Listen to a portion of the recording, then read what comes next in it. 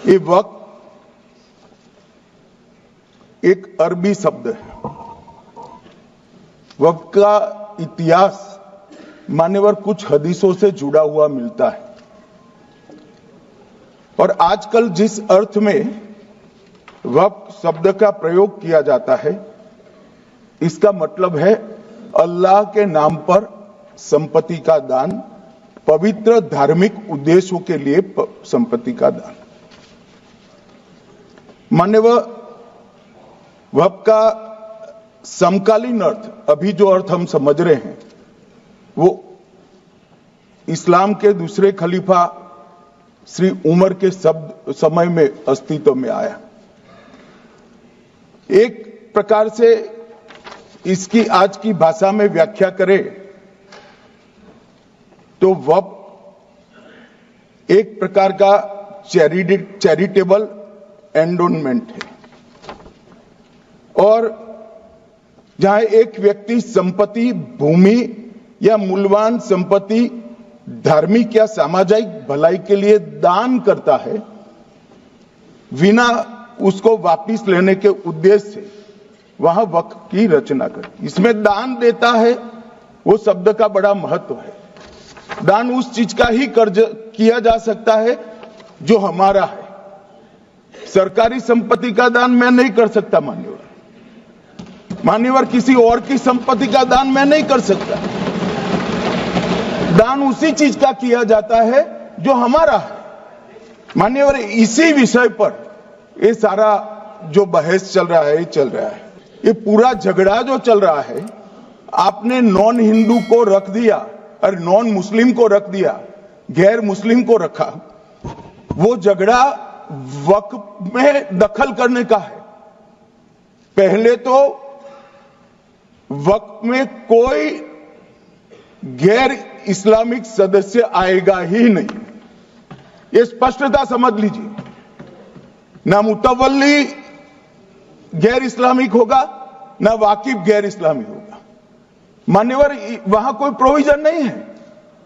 जो धार्मिक संस्थाओं का संचालन करते हैं उसमें कोई गैर मुस्लिम व्यक्ति रखने का प्रावधान किया भी नहीं है, हम करना भी नहीं चाहते हैं। मान्यवर इसलिए जो बड़े बड़े भाषण करते हैं कि समानता का अधिकार चला गया, दो धर्मों के बीच में समानता नहीं रही, मुसलमानों के धार्मिक अधिकारों के बीच में दखल खड़ी हो जाएगी, कुछ नहीं होने वाला। मान्यवर हम इसलिए कह रहे हैं कि वक्फ वो ही कर सकता है जो प्रैक्टिसिंग इस्लाम को प्रैक्टिस करता होगा, क्योंकि मान्यवर इसकी उत्पत्ति ही इस्लाम के सिद्धांतों से हुई। आपके माध्यम से, इस सदन के माध्यम से देश भर के मुसलमान भाइयों बहनों को कहना चाहता हूं, आपके वक्फ में एक भी नॉन मुस्लिम नहीं आएगा। ये एक्ट में ऐसा कोई प्रावधान नहीं। मगर जो वक्फ बोर्ड है और वक्फ परिषद है, उसका काम क्या है? वक्फ की संपत्तियां मान्यवर बेच खाने वाले लोगों को पकड़कर इसके बाहर निकालने का। वक्फ के नाम पर औने पौने दाम में संपत्तियों को 100 साल तक किराए पे देने वाले लोगों को पकड़ना है।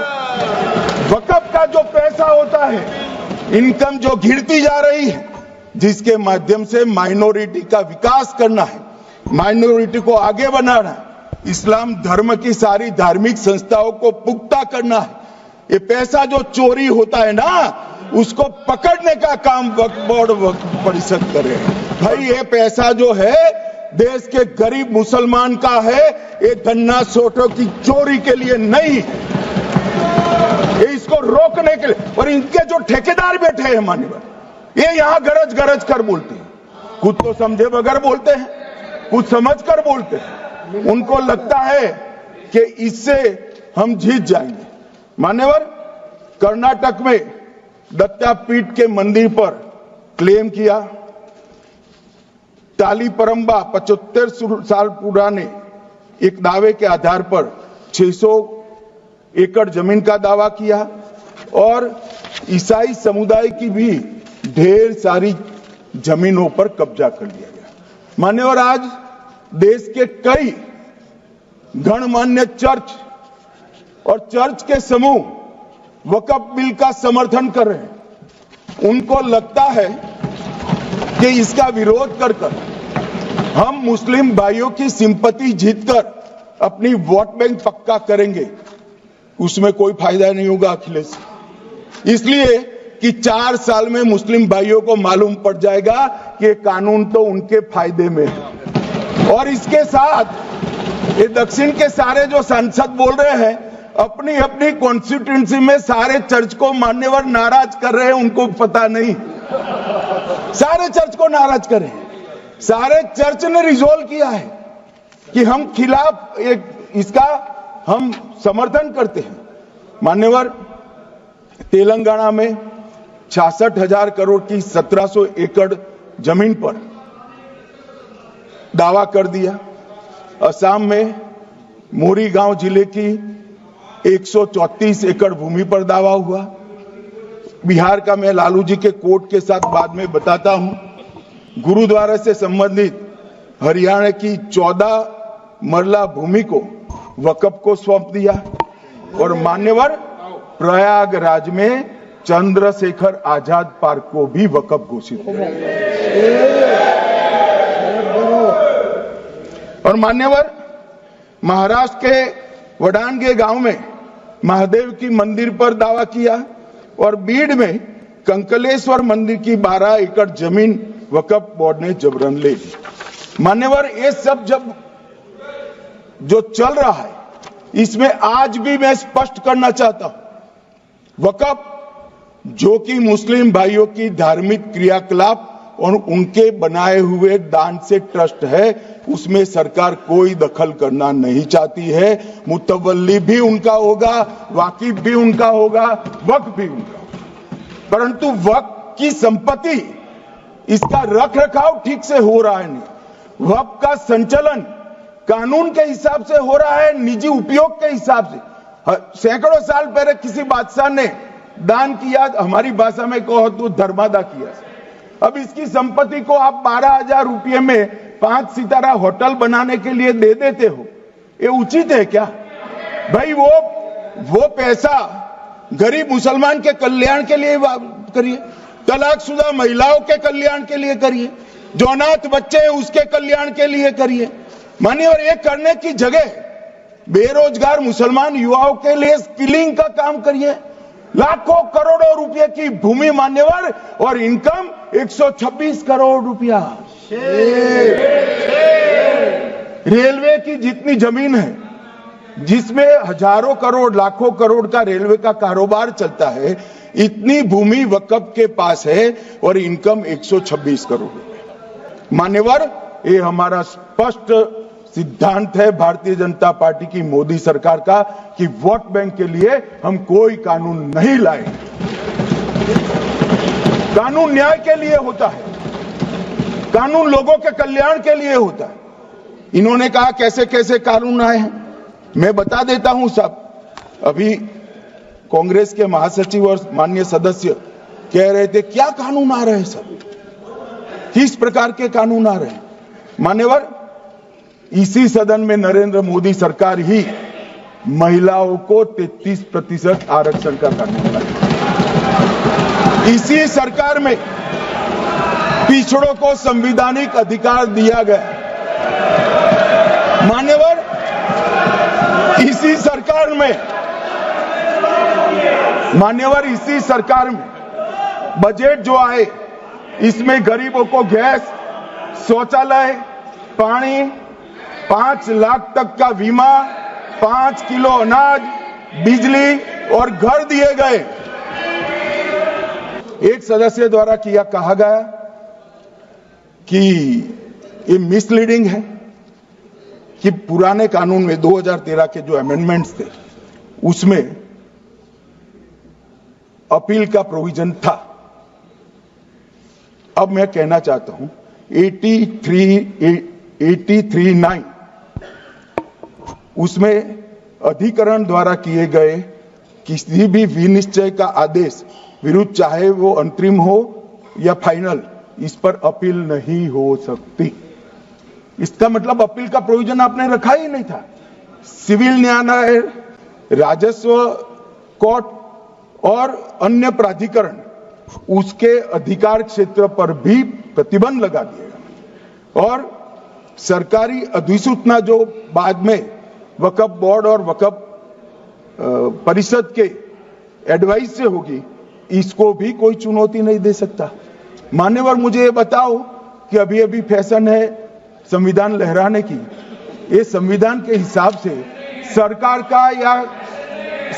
का या किसी भी निजी संस्था का कोई भी फैसला मान्यवर कायदे की कोर्ट से बाहर कैसे हो सकता है?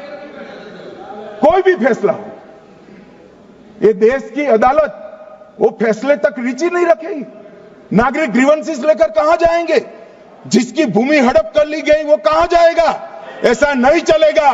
आपकी वोट बैंक के लिए आपने किया था, हम खारिज कर रहे हैं, हम खारिज कर रहे हैं।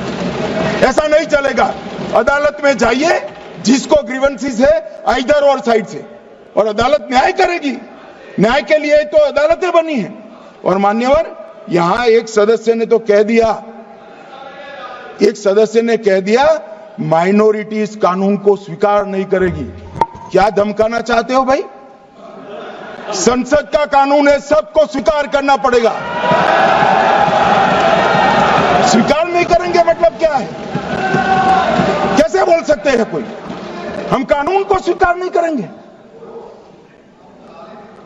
ये कानून भारत सरकार का है, हर एक पर बंधन करता होगा और इसको स्वीकार करना पड़ेगा।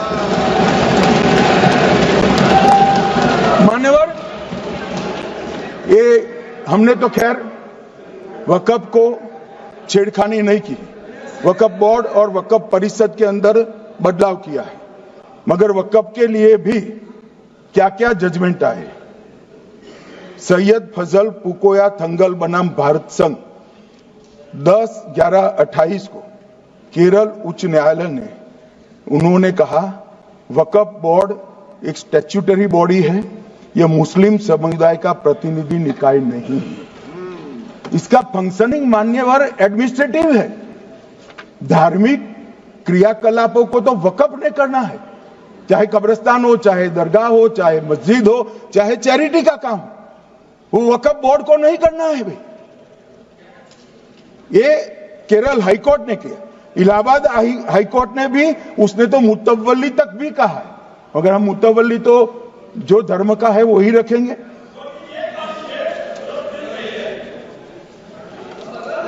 मान्यवर, इन्होंने कहा एक मुतवल्ली के कर्तव्य विशुद्ध रूप से धर्म निरपेक्ष कैरेक्टर है, मगर हम मुतवल्ली को छू नहीं रहे।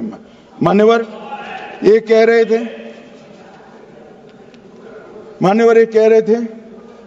कि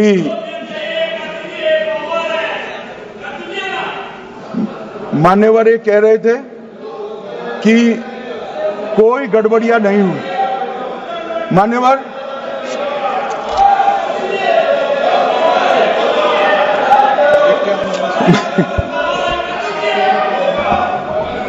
मान्यवर 2013 में अन्यायी कानून आया। भाई करने थोड़ा शांत हो जाइए। ये 26 के कारण डरे हुए और कुछ कारण नहीं। चुनाव जो है ना अक्टूबर में, 25 में जो चुनाव है इसके कारण डरे। मान्यवर भाई बैठ जाओ।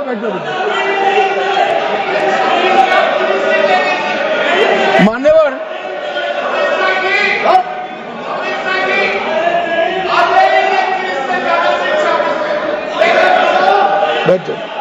बंगाल में आकर कहूंगा ये राजनीतिक हिसाब किताब का अखाड़ा नहीं है। छाती पर ठोक कर कहूंगा ज्यादा सिखाएंगे।